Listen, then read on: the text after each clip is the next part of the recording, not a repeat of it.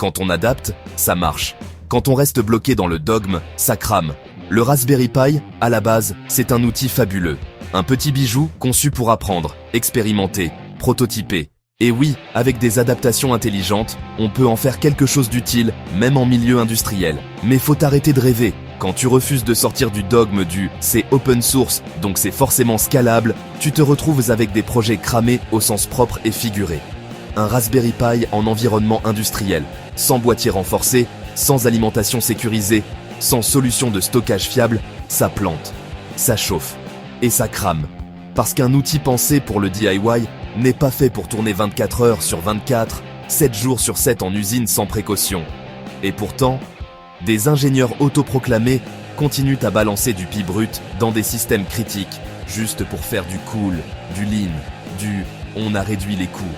Mais la réalité, c'est qu'ils font des économies à court terme pour payer les conséquences très chères ensuite. Le dogme tue la technique, c'est toujours la même logique. Si c'est pas cher, c'est bien. Si c'est documenté en ligne, c'est mieux que la vie d'un vrai technicien. Si ça marche en démo, ça marchera en prod. Sauf que la prod, c'est pas un Fab Lab. Et le jour où ton Raspberry non protégé fait planter la gestion du chauffage d'un immeuble ou la régulation d'un réseau d'eau chaude, tu découvres la vraie définition du mot « responsabilité ».